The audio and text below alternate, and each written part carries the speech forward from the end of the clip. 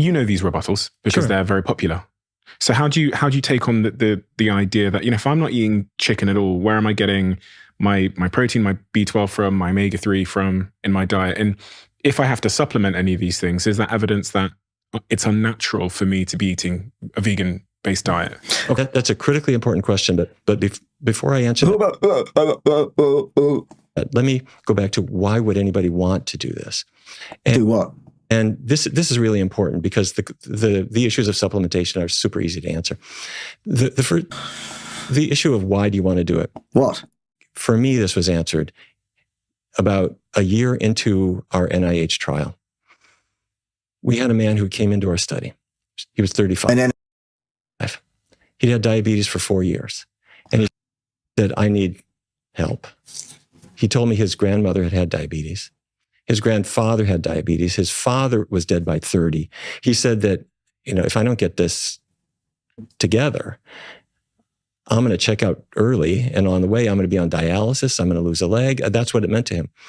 So we put him on the plant-based diet. And about 2 weeks into it, he said, easiest diet I've ever been on. And so what? That kind of surprised me because people imagine vegan to be hard. And he said, no, it was super easy. Previous diets that I've been on told me I had to count my calories. Well, they're idiots. You don't. And I was hungry all the time. After about a year, he had lost 60 pounds without ever limiting calories at all. Of course. Because he had gotten his A1C from 9.5 down to 5.3.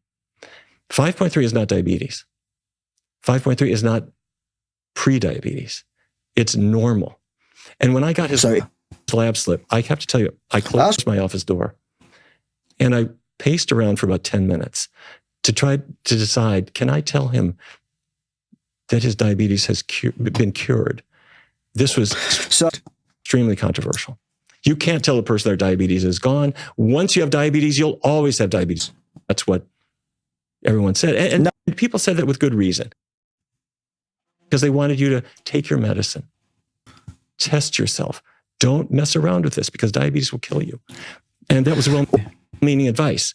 But here was a man who didn't have diabetes based on diet changes. We now see, we can laugh about it now because we see it all the time. Diabetes is a reversible disease. Yes. And everything that goes along with it is reversible as well. Well, Neal. So, permanence. And that brings the issue up of how do you answer all the questions that people will raise, like where do you get your protein and what about B12? But those those are quite easy to answer. So how do we do it then? How do we know in that case that that guy wasn't eating a ton of sort of ultra processed foods of McDonald's and all of those things, and that a Mediterranean diet, for example, wouldn't have had the same reversing effect on his diabetes? Well, let me be clear what we know and what we believe. What we know is that this man had a result that just hasn't happened before. And it was really remarkable. We've seen this over and over and over again. And when we bring people in who have diabetes and we put them on a Mediterranean diet or something like that, you just don't get the same result in a randomized clinical trial. But we've gone further. We've looked at why is it that this diet is working. Processed foods are not the cause of diabetes. Eating sugar is not the cause of diabetes. Yes, next. Eating carbohydrate, potatoes and rice, that is not the cause of diabetes. I'm not saying there aren't health issues about all these foods. There are. But the cause of diabetes is something that has been clear in science for 2 decades, and nobody can get this through their thought process. You can say thick skulls. I know you were pausing. I'm not only talking about the lay public, I'm talking about doctors. Mm-hmm. There are many doctors who have somehow gotten their medical degrees, never understanding the cause of type 2 diabetes. And here's what it is. No, it's stuff. This is a muscle cell. No. Your muscle, a muscle in your shoulder. If I take a needle in your shoulder and I stick a needle in, I pull a muscle cell out. It's this long oval. Its favorite fuel is glucose. That's why marathon runners are carbo loading. That glucose gets into the cell and it powers it. But the problem is the cell membrane keeps that glucose out, will not let it in until insulin. Yes, Neal? The insulin key made in your pancreas arrives at the surface of that cell. Yes. Opens the door In goes the glucose. Now, everything's going fine. My pancreas is making insulin. It's letting the glucose in the cell. Things are going great. You eat chicken. Yes. Your body takes that 23% fat in the skinless chicken breast and takes some of that chicken fat, sticks it inside the muscle cell. Fish fat, beef fat, cheese fat. Cheese is loaded with fat. And that fat gets inside the muscles. Now, doctors hate words like fat because it only has 3 letters. So we'll call it intramyocellular lipid, but it's fat inside a muscle cell. Same thing happens in your liver. Agree. So that's hepatocellular lipid. The fat is getting into your liver cells. The fat is building up in your muscle cells. It came from the food choices we thought were healthy. French fries. Your body pulls out that fat, packs it in the muscle cell. Now the insulin key comes along, attaches to the surface of the cell. The cell is now filled with fat. It's just like going home, sticking your key in your front door lock that somebody jammed with chewing gum. Key doesn't work anymore. Okay, so what do? We'll say, let's take the animal products out of your diet. There's now 0 animal fat in your diet. Let's keep oils really low too. So baked potato instead of the chips. Okay, no fat in it. Great. What happens, and I can show this to you with magnetic resonance spectroscopy. I can look inside your body. That fat starts to dissipate. And as the fat comes out, I'm not talking about belly fat. That dissipates too. But what I'm targeting now is the fat inside each muscle cell and each liver cell. As it comes apart, it leaves. Then the insulin key can work again. And I've reversed your insulin resistance and I'm reversing your diabetes. And that's why now the blood sugar can get through that membrane very easily. That's why this man's diabetes went away. We didn't give him a new insulin prescription. We got the fat out of his muscle cells, got the fat out of his liver cells, and suddenly his body said, I'll take it from here. So let's talk about the supplementation point then. People that are vegan, my partner was vegan for some time. She had a lot of sort of health complications with it. So I've got a little bit of a sort of clouded opinion around that. And again, when I talk about my partner, she was vegan for 2 years. I tried for 2 weeks. I struggled. Long story. But she was vegan not really. for 2 years. In her words, and she shared this publicly, she gained weight. She had issues with her menstrual cycle and lots of other consequences. And she now points to the 2 years being vegan for both those outcomes. She had to supplement B12 throughout that process as well because she wasn't getting it naturally in her vegan diet in Bali. So what do you say to the point of supplementation that we were talking about a second ago?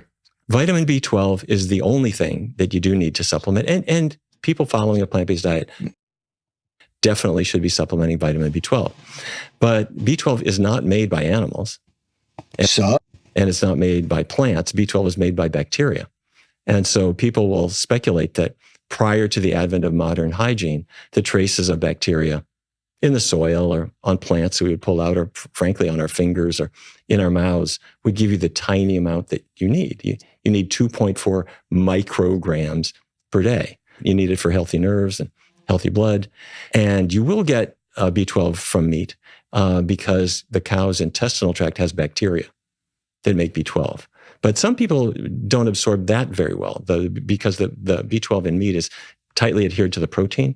And some people can't really remove it very well, particularly if you're over 50 or you're on certain medications. But you need B12. But when it comes to overall nutrition, a meat-based diet is the most efficient diet of all. It's much worse than any other kind of diet because meat doesn't have the vitamins that are in vegetables and in fruits. There's not a gram of vitamin C. There is 0 fiber. There's no complex carbohydrate at all. Now, that's right, and we don't need. Cat can be a meat eater because cats make their own vitamin C. I don't need it, but we are not cats. We're not carnivores at all. Yes, we are. Whether we like it or not, we're great apes. So yes, absolutely. We're part of the great ape family. Yes. Our cousins are chimpanzees. Yes. And gorillas. Yes. And bonobos. Yes. And orangutans. Yes. And they are never eating dairy at all. What's next? They are mostly or exclusively herbivores. Well, so that's our natural diet. No, it's described. Those our great ape ancestors, do any of them eat meat? Some do, not all. Okay. Yeah. And going back to your point about vitamin B12, you're saying, just so I'm clear, that we historically would have got that from our less sanitary environment by, our ancestors. Yes, that's what he said. Up leaves and eating some of the Partial.